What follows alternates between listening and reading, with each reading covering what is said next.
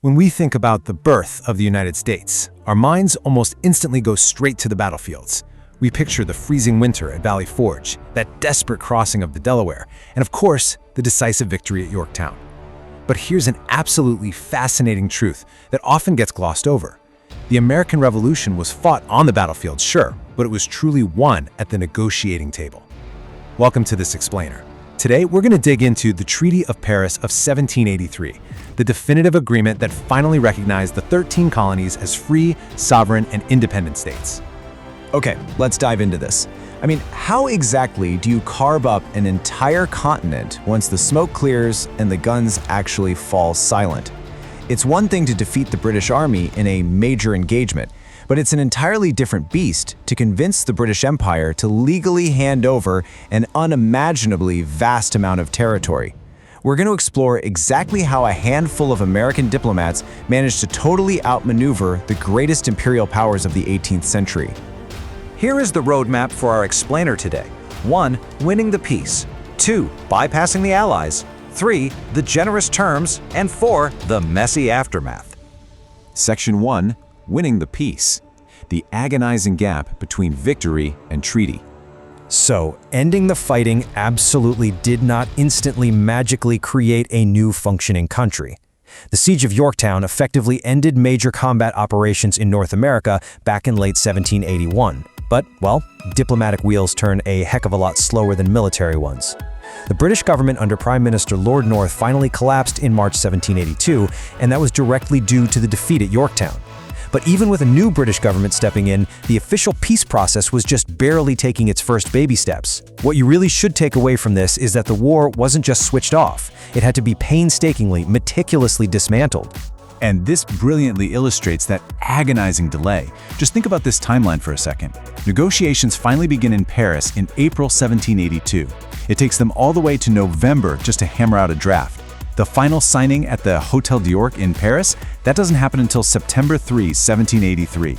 And then, because these physical copies literally had to be shipped back across the Atlantic Ocean by sail, the Congress of the Confederation didn't ratify it until January 1784, with the British ratifying in April and the final exchange happening in May 1784. From Yorktown to final ratification, we are talking about roughly 2.5 years.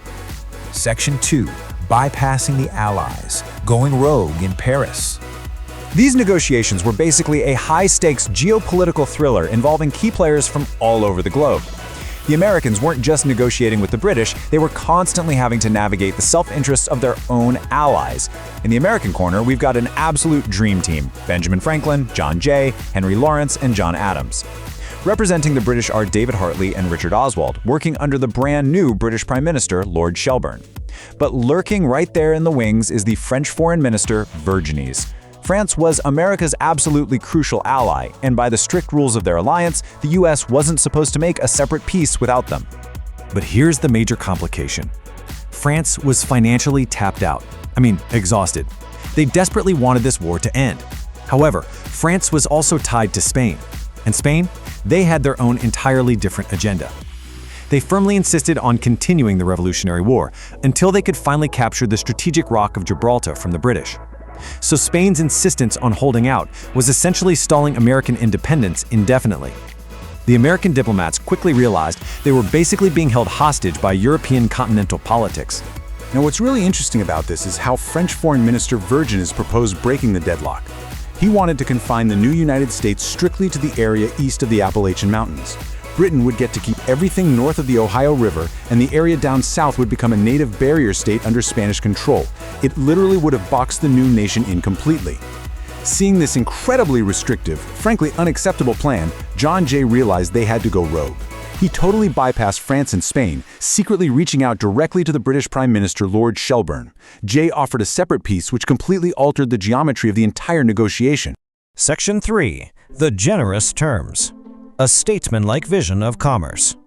By dealing directly with the British, the Americans secured concessions that were, frankly, almost unimaginable at the time. I absolutely love this quote from French Foreign Minister Vergennes. "The English buy peace rather than make it." He said this in just sheer, utter disbelief at what the British agreed to. But why on earth was British Prime Minister Lord Shelburne so willing to just give away the store? Well, Shelburne possessed a truly statesmanlike vision. He realized that trying to hold on to the massive American interior would mean constant, draining military and administrative costs. Instead, he wanted to concede a vast trans-Appalachian region to facilitate massive population growth. His goal? Creating a highly profitable, huge two-way trading partner. He was sacrificing territory right then to lock in a dominant economic future.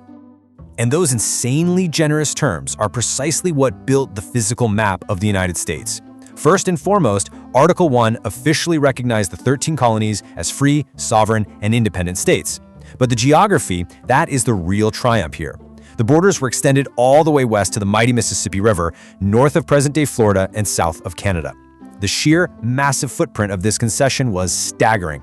On top of that, both the US and Great Britain were granted perpetual access to navigate the Mississippi River, which, as we know, was going to be absolutely vital for future commerce. The treaty also nailed down several other really vital sticking points. The US secured highly lucrative fishing rights up in the Grand Banks off the coast of Newfoundland, which was an absolute game changer for the New England economy. Also, all prisoners of war were to be released. But you really have to pay close attention to the careful wording surrounding debts and loyalists, because it is a literal masterclass in diplomatic ambiguity. On the thorny issue of pre-war debts owed to British merchants, the treaty vaguely said there would be no lawful impediment to their recovery. And as for the thousands of British loyalists whose property had been seized during the war, the federal Congress merely promised to, quote, earnestly recommend to the individual state legislatures that they restore that property. And as we're about to see, an earnest recommendation doesn't mean a whole lot in the real world. Section 4. The messy aftermath. Vague maps and broken promises. Creating a country on parchment is one thing, right? Actually making it work on the ground is quite another. The first huge issue they ran into was that the diplomats in Paris were using maps that were, quite simply, completely wrong. The actual physical geography of North America just did not match the nice, neat lines they confidently drew in that boardroom. The southern boundary was incredibly vague, which led to a lingering, messy dispute with Spain over the border of Florida that wouldn't actually be resolved until 1795.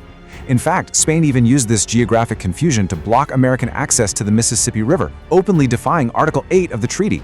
So the crucial point here is how this geographic ignorance played out in the north. The treaty confidently stated the border would run from the most northwesternmost point of the Lake of the Woods, which is way up in present-day Minnesota and Ontario, directly westward until it intersected the Mississippi River. Well, there was just one tiny problem with that. It is geographically impossible. The Mississippi River simply does not extend that far north. A line drawn directly west from the Lake of the Woods will never, ever hit the Mississippi. This created a literal phantom border, this weird open loop of geographical confusion between the US and British North America that would cause massive headaches for decades. Remember those cleverly worded articles about debts and loyalists we just talked about? Well, the chickens came home to roost pretty fast. Because the Articles of Confederation had created such a weak central government, individual states basically laughed off the federal recommendations. They actively refused to restore that confiscated loyalist property. Furthermore, states like the Commonwealth of Virginia openly defied the treaty by keeping local laws on the books that explicitly prevented the repayment of any debts to British creditors. The brand new US was actively failing to honor Articles 4, 5, and 6 of their own peace treaty. And unsurprisingly, the British Empire did not just sit back and accept this. Pointing directly to America's failure to compensate those loyalists and pay their debts, the British stubbornly refused to evacuate 8 highly strategic military forts located on technically American soil. And these weren't just tiny, insignificant outposts. We are talking about major installations controlling the Great Lakes and absolutely vital waterways. Places like Fort Learnald in Detroit, Fort Mackinac, or Fort Niagara over in New York. The British maintained fully armed, active garrisons deep inside the newly recognized borders of the United States, creating an incredibly tense, highly volatile military standoff on the frontier. Let's move to and see how this built, because this volatile standoff directly laid the foundation for the next major era of American history. The Treaty of Paris ended the war for sure, but it left a mountain of unfinished business. It wouldn't be until more than a decade later, when John Jay had to travel all the way back across the Atlantic to negotiate the 1794 Jay Treaty, that the United States finally resolved these lingering commercial issues and convinced the British to peacefully relinquish control of those 8 frontier forts. The 1783 treaty laid the foundation, but the house itself was still very much under construction. As we wrap up this explainer, it's pretty fascinating to think that today, out of the entire Treaty of Paris of 1783, only Article 1, that specific section officially acknowledging the United States as a free, sovereign, and independent nation, actually remains in force. But I want to leave you with a provocative thought.